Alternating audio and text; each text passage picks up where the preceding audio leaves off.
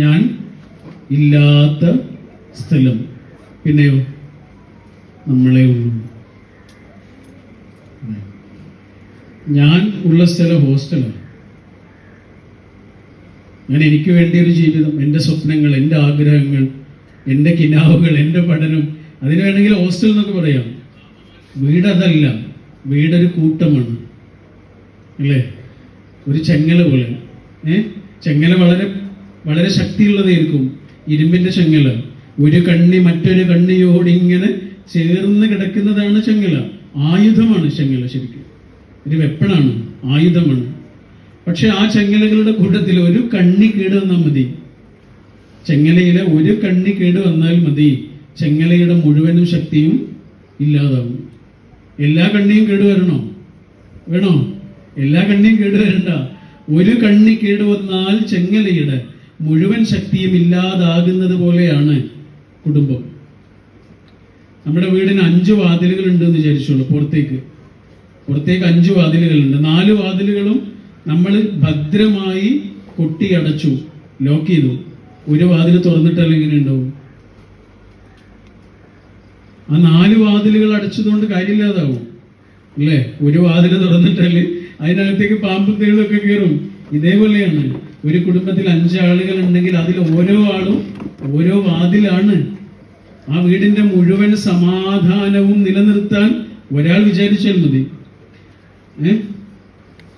ആ വീടിന്റെ ഓരോ ആളുടെയും സമാധാനം കേടുവരുത്താൻ ഒരാൾ വിചാരിച്ചാൽ മതി. എല്ലാവരും വിചാരിക്കേണ്ടതില്ല.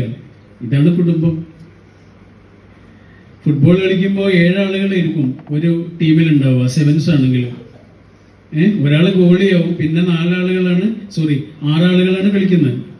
ഈ ഗോളി പന്തിട്ട് കൊടുത്ത് അത് ഒരാളുടെ കയ്യിലെത്തും, അയാൾ 2ാമത്തെ ആൾക്ക് കൊടുക്കും, അയാളുടെ കയ്യിൽ നിന്ന് 3ാമത്തെ ആൾക്ക് കിട്ടും.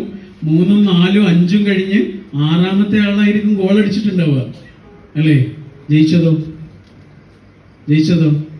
ടീം. ഇതാണ് കുടുംബം. ഒരാൾ ഗോൾ അടിച്ചാൽ എല്ലാവരും ജയിക്കുന്ന ഫുട്ബോൾ ടീമുകൾ. ഒരു കണ്ണി കേട് വന്നാൽ എല്ലാ കണ്ണിയുടെയും ശക്തിയില്ലാതാകുന്ന ചെങ്ങല പോലെ. അതാണ് കുടുംബം എന്ന് പറയുന്നത്. ഞാൻ ഈ അടുത്ത് വായിച്ചൊരു സ്റ്റോറി ഉണ്ട്, ഒരു കഥ.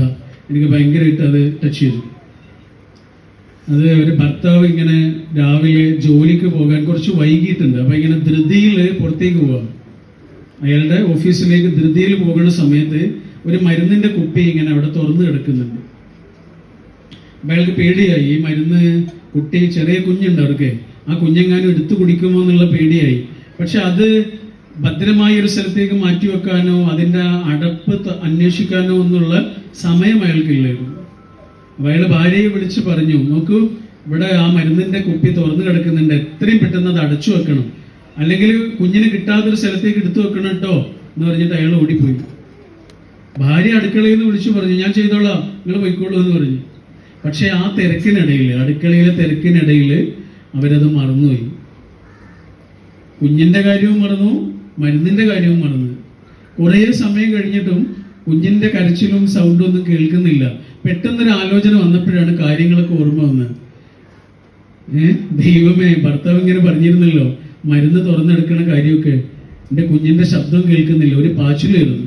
ഓടിച്ചെന്ന് നോക്കിയപ്പോ അവരെന്താണോ സംശയിച്ചത്, അവരെന്താണോ പേടിച്ചത്, അതന്നെ സംഭവിച്ചിട്ടുണ്ട്.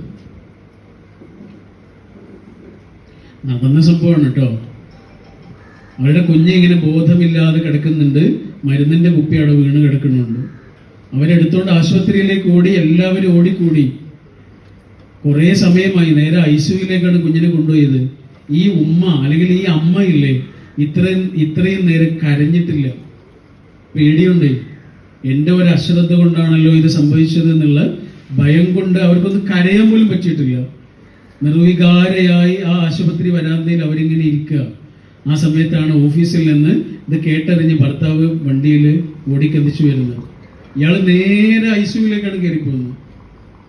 കുറച്ച് സമയം കഴിഞ്ഞിട്ട് ICUവിൽ നിന്ന് അയാളിങ്ങനെ പുറത്തേക്ക് ഇറങ്ങി വരുമ്പോൾ, അച്ഛൻ പുറത്തേക്ക് ഇറങ്ങി വരുമ്പോൾ കയ്യിൽ ആ കുഞ്ഞിന്റെ മൃതശരീരമുണ്ട്.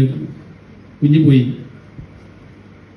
ആ കുഞ്ഞിന്റെ ശരീരവും കൊണ്ട് അയാളിങ്ങനെ നടന്നു വരുന്ന ഭാര്യയുടെ അടുത്തേക്കാണ്. ഒന്ന് കരയാനല്ല, അയാളുടെ മുഖത്തേക്കൊന്ന് നോക്കാൻ പോലും, ഭർത്താവിന്റെ മുഖത്തേക്കൊന്ന് നോക്കാൻ പോലും കഴിയാതെ ഇങ്ങനെ താഴേക്ക് കണ്ണ് കൂമ്പിയിരിക്കുന്ന ആ പാവം പെണ്ണിനെ ഭർത്താവ് എന്താ ചെയ്യുന്നതെന്നറിയോ?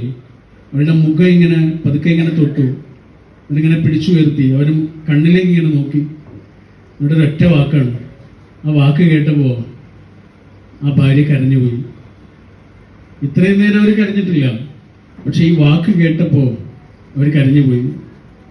അയാൾ പറഞ്ഞു, നിന്നെ എനിക്കിപ്പോഴും ഇഷ്ടമാണ് കേട്ടോ. ഇംഗ്ലീഷ് സ്റ്റോറിയാണ്. അയാൾ പറഞ്ഞ എങ്ങനെയാണ്? Still I M loving U.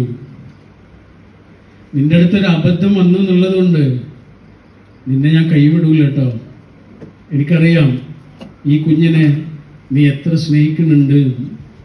നിന്റെ അടുത്തൊരു മറവി വന്നു എന്നുള്ളതാണ്, അല്ലെങ്കിൽ നിന്റെ അടുത്തൊരു അബദ്ധം വന്നു എന്നുള്ളത് കൊണ്ട് നീ എൻ്റേതല്ലാതാകുന്നില്ല കേട്ടോ എന്ന് ചെവിയിൽ സ്വകാര്യം പറഞ്ഞ ആ നിമിഷം അവർ കരഞ്ഞുപോയി, പൊട്ടിക്കരഞ്ഞുപോയി. ആശുപത്രിയിലെ മുഴുവൻ ആളുകളും കേൾക്കുന്ന അത്രയും സൗണ്ടിൽ അവർ കരഞ്ഞുപോയി. Because love. എന്തിനാണ് നമ്മുടെ കൂടെ വേറൊരു മനുഷ്യൻ? എന്തിനാണ്? ഒരു പുസ്തകമുണ്ട്, നിങ്ങൾ പറ്റിയാൽ വായിക്കേണ്ട ഒരു പുസ്തകം. ആർട്ട് ഓഫ് ലവിങ് എന്നാണ് ആ പുസ്തകത്തിന്റെ പേര്. സ്നേഹ കല എന്നാണ് വേണമെങ്കിൽ പറയാം. Art of loving, Erich Fromm എന്നുള്ള വലിയൊരു എഴുത്തുകാരന്റെ പുസ്തകം. അപ്പൊ അതിൽ ആ പുസ്തകത്തിന്റെ വലിയൊരു ഭാഗത്തിൽ അദ്ദേഹം ചർച്ച ചെയ്യുന്നത് എന്താണെന്നറിയോ? എന്തിനാണ് മനുഷ്യന് വേറൊരു മനുഷ്യന്റെ സ്നേഹവും കരുതലും ഒക്കെ എന്തിനാണ്? പൈസ ഉണ്ടായ പോരെ, പൈസയും സൗകര്യങ്ങളും ഒക്കെ ഉണ്ടായ പോരെ, എന്തിനാണ് വേറൊരു മനുഷ്യന്റെ സ്നേഹമൊക്കെ എന്തിനാണ്? അതാണ് ആ പുസ്തകത്തിൽ ചർച്ച ചെയ്യുന്നത്. അതിങ്ങനെ പറഞ്ഞ് അദ്ദേഹം അവസാനം പറയുന്ന ഒരു വാക്ക് ഇങ്ങനെയാണ്, വല്ലാത്തൊരു വാക്കാണ്. അദ്ദേഹം പറയാ, the mature answer to the problem of existence എന്ന് പറഞ്ഞാൽ ജീവിക്കുക എന്നുള്ളത് അത്ര എളുപ്പമുള്ളൊരു കാര്യമല്ല. ഒരു സമയം വരെ എളുപ്പമായിരിക്കും, ഒരു സമയം വരെ ജീവിതം എളുപ്പമായിരിക്കും, പിന്നെ ജീവിതം അത്ര എളുപ്പമുള്ളൊരു കാര്യമല്ല. കുറെ ആകുലതകളും പേടിയും ഭാവിയെക്കുറിച്ചുള്ള ആശങ്കകളും ഭൂതകാലത്തെക്കുറിച്ചുള്ള സങ്കടങ്ങളും ഒക്കെ നിറഞ്ഞ് കവിഞ്ഞിങ്ങനെ പൊരുതുന്നൊരു മനസ്സ് ഏതൊരു മനുഷ്യന്റെ ഉള്ളിലുണ്ട്. അങ്ങനെ ജീവിതത്തെ കുറിച്ചുള്ള ഒരു മനുഷ്യന്റെ ഒരു വേവലാതി ഉണ്ട്. ആ വേവലാതി തണുക്കണമെന്നുണ്ടെങ്കിൽ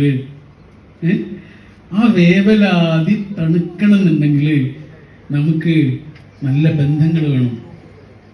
അതാണ് നമ്മളെല്ലാ അലച്ചിലും കഴിഞ്ഞ് രാത്രി വണ്ടി ഇങ്ങനെ സ്റ്റോപ്പ് ചെയ്ത് ഗേറ്റ് അടച്ച് നമ്മളിങ്ങനെ കയറി ചെല്ലുന്നൊരു സ്ഥലമുണ്ടല്ലോ, അതിൻ്റെ ഉള്ളില് സമാധാനം വേണം.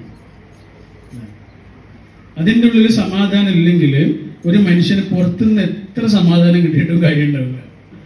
അതാ അപ്പൊ ഞാനിവിടെ ഇത്രയും ജനക്കൂട്ടത്തിന്റെ നടുവിൽ നിന്നിട്ട് ഇങ്ങനെ സംസാരിക്കുകയാണ്. എൻ്റെ ഒരു വാക്കിന്റെ തൊട്ട് ശേഷം അടുത്ത വാക്ക് ഞാൻ പറയണം, അല്ലേ?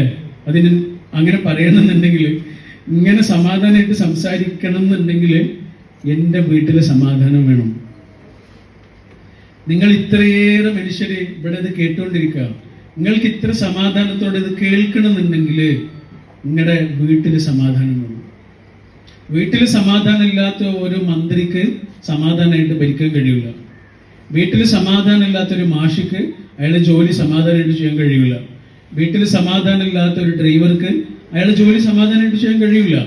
വീട്ടിൽ സമാധാനം ഇല്ലാത്ത ഒരു ഡോക്ടർക്ക് അയാളുടെ കൈകൾ വരച്ചുകൊണ്ടിരിക്കും. എന്താ കാര്യം? എന്താണ്? നമ്മുടെ വേരാണ് വീട് എന്ന് പറയുന്നത്. അത്രയേ ഉള്ളൂ. നമ്മൾ ചെടിക്ക് വെള്ളം കൊടുക്കുമ്പോൾ വെള്ളം എന്താണ് ഇങ്ങനെ തെളിച്ചു കൊടുക്കുമ്പോൾ എവിടെയാ വെള്ളം കൊടുക്കുക? ഇലകളിലാണോ വെള്ളം കൊടുക്കുക? അല്ലല്ലോ. തണ്ടിലേക്കല്ലല്ലോ വെള്ളം കൊടുക്കുക, വേരിലെ കൊടുക്കുക. വേരിൽ കൊടുത്താലുള്ള ഗുണം എന്താണ്? വേറെ എല്ലാവർക്കും കൊടുത്തുള്ളൂ. അതാ, വേരിൽ വെള്ളം ഒഴിച്ചു കൊടുത്താല് വേര് എല്ലായിടത്തേക്ക് എത്തിക്കും. ഒരു ഇലയുടെ അറ്റം വരെ വേരെത്തിക്കും വെള്ളം. നമ്മുടെ വേരാണ് നമ്മുടെ കുടുംബം. കുടുംബത്തിന് പ്രയോറിറ്റി കൊടുക്കാതിരിക്കുമ്പോൾ നമ്മുടെ ജീവിതത്തിന്റെ മൊത്തം താളവും തെറ്റും.